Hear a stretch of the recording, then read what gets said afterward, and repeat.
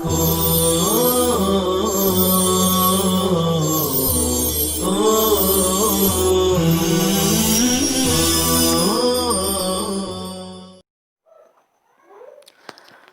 للہ رب العالمین والصلاة والسلام علی سید الانبیاء والمرسلین سیدنا محمد وآلہ وصحبہ اجمعین۔ طلبہ عزیز، آج ہم حدیث نمبر 99 سے اپنے درس کا آغاز کر رہے ہیں۔ بسم اللہ الرحمن الرحیم۔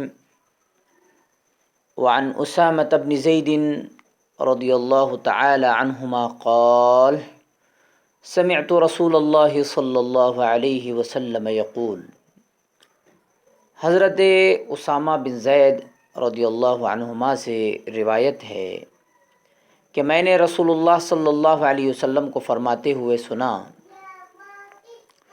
یؤتی بالرجل یوم القیامۃ فیلقی فی النار،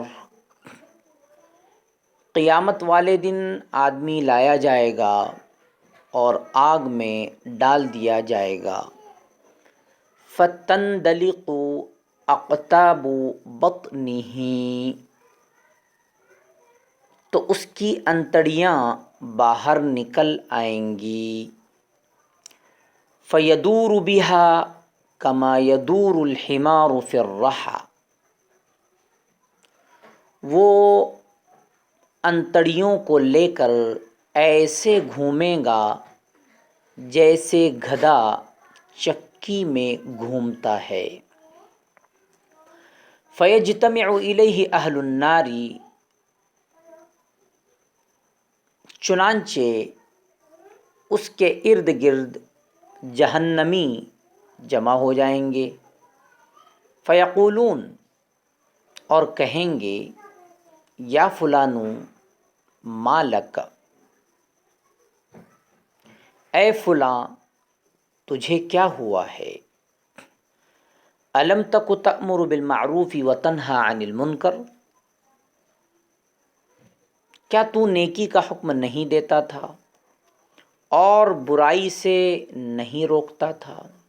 فیقول، وہ کہیں گا، بلا، ہاں یقیناً، کنت آمر بالمعروف ولا آتیہ وانہی عن المنکر وآتیہ، کنت آمر بالمعروف ولا آتیہ وانہی عن المنکر وآتیہ،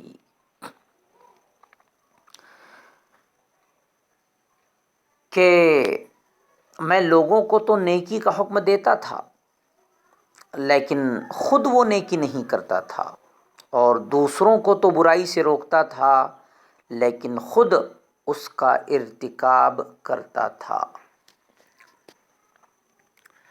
حدیث پاک میں علماء و داعیان حق اور مصلحین امت کے لیے سخت تنبیہ ہے، جن کا اپنا عمل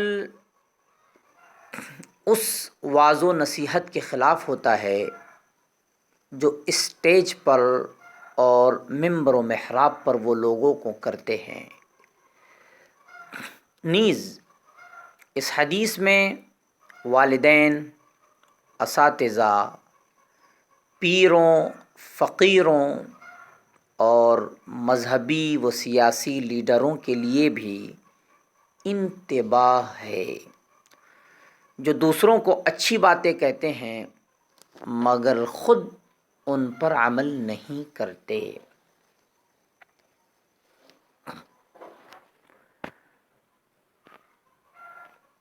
حدیث بالا میں، یعنی اوپر والی حدیث میں، اس شخص کی مذمت ہے جو دوسروں کو تو نیکی اور بھلائی کی ترغیب دے مگر خود عمل نہ کرے، دوسروں کو تو خدا سے ڈرائے مگر خود نہ ڈرے۔ ایک دوسری روایت میں آتا ہے کہ بعض جنتی بعض دوزخیوں کو آگ میں دیکھ کر پوچھیں گے کہ تم جہنم میں کیوں کر پہنچ گئے، حالانکہ ہم تو بخدا انہی نیک اعمال کی بدولت جنت میں داخل ہوئے جو ہم نے تم سے سیکھے تھے۔ اہل دوزخ کہیں گے ہم زبان سے تو ضرور کہتے تھے مگر خود عمل نہیں کرتے تھے۔ اللہم احفظنا منہ، اللہم وفقنا لما یحب ویرضا۔ اب ہم نیا باب شروع کر رہے ہیں، باب الامر باداء الامانتی، امانت ادا کرنے کا حکم۔ اعوذ باللہ من الشیطان الرجیم، بسم اللہ الرحمن الرحیم۔ قال اللہ تعالی ان اللہ یأمرکم ان تؤدوا الامانات الی اہلها۔ ارشاد خداوندی ہے، خدا تعالیٰ تم کو حکم دیتا ہے کہ امانت والوں کو امانتیں ان کے حوالے کر دیا کرو۔ آیت کریمہ کا شان نزول یہ ہے کہ بیت اللہ کی چابی عثمان بن طلحہ رضی اللہ عنہ کے پاس زمانۂ جاہلیت میں ہوتی تھی۔ ایک مرتبہ آپ صلی اللہ علیہ وسلم نے بیت اللہ میں داخل ہونا چاہا،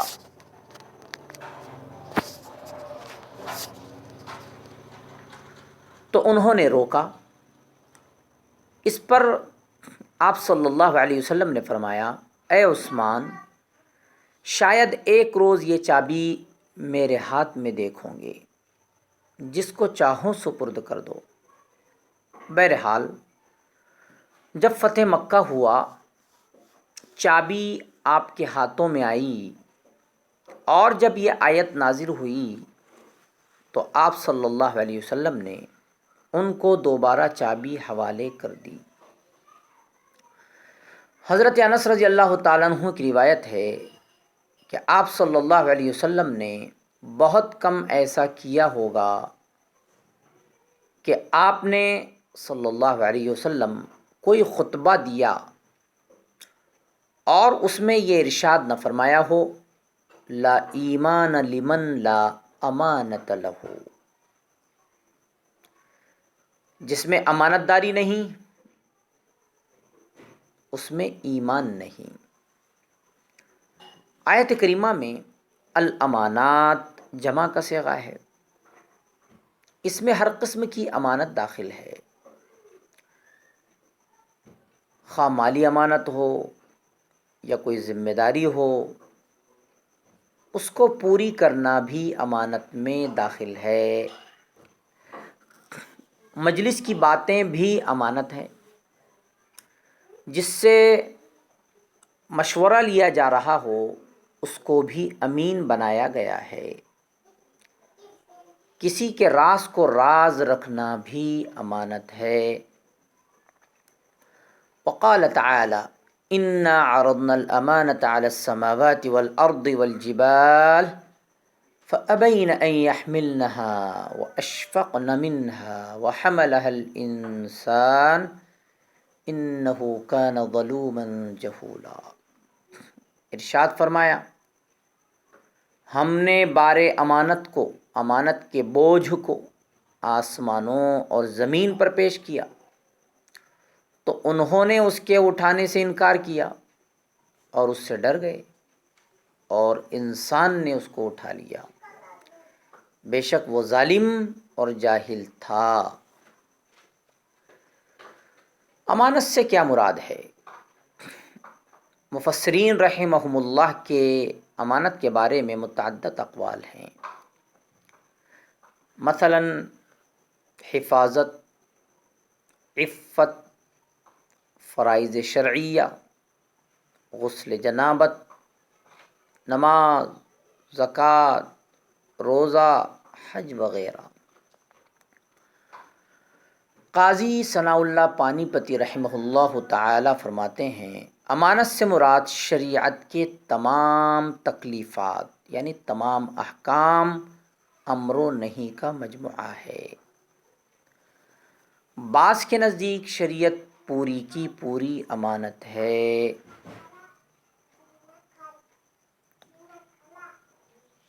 امانت کو آسمانوں اور زمین پر پیش کیا۔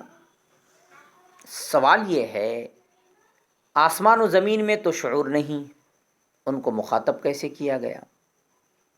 تو جواب یہ ہے اللہ تعالی نے آسمان و زمین کو گویائی کی طاقت عطا فرمائی ہے۔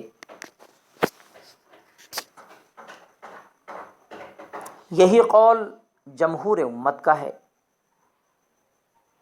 فَأَبَيْنَ أَن يَحْمِلْنَهَا، اٹھانے سے انکار کیا۔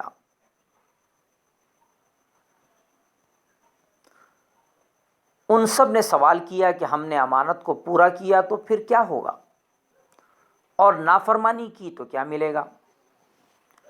اس پر اللہ تعالیٰ نے فرمایا امانت کو پورا کیا تو بڑا اجر، اور اگر کوتاہی کی تو سزا۔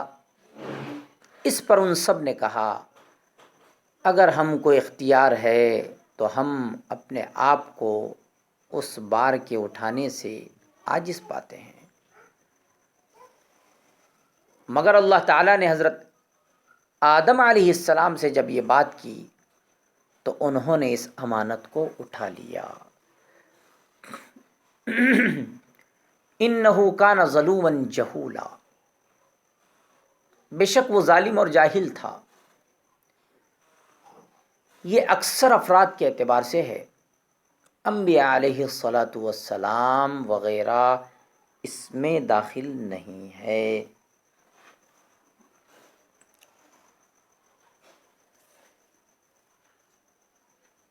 اب ہم آگے حدیث نمبر 100 کی عبارت خوانی کر رہے ہیں۔ وعن ابی ہریرہ رضی اللہ عنہ ان رسول اللہ صلی اللہ علیہ وسلم قال آیۃ المنافق ثلاث اذا حدث كذب واذا وعد اخلف واذا اؤتمن خان۔ حضرت ابو ہریرہ رضی اللہ عنہ روایت کرتے ہیں رسول اللہ صلی اللہ علیہ وسلم نے فرمایا کہ منافق کی 3 علامتیں ہیں۔ جب بات کرتا ہے کذب بیانی سے کام لیتا ہے، جھوٹ بولتا ہے، جب وعدہ کرے تو خلاف ورزی کرتا ہے، اور جب اس کے پاس امانت رکھی جائے تو اس میں خیانت کرتا ہے۔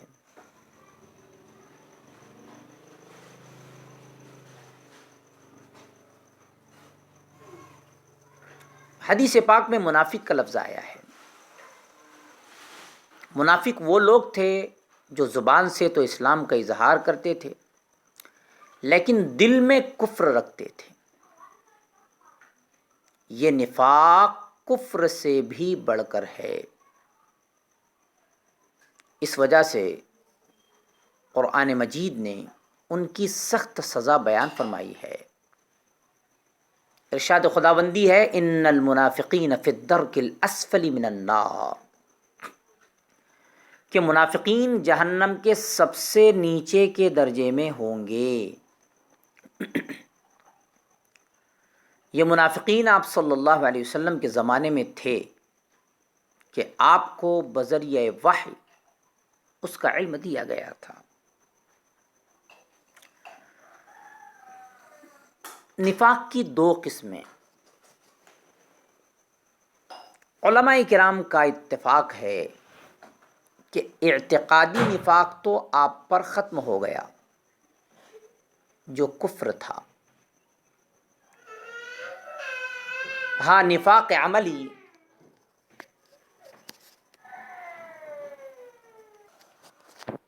مسلمانوں میں بھی پایا جا سکتا ہے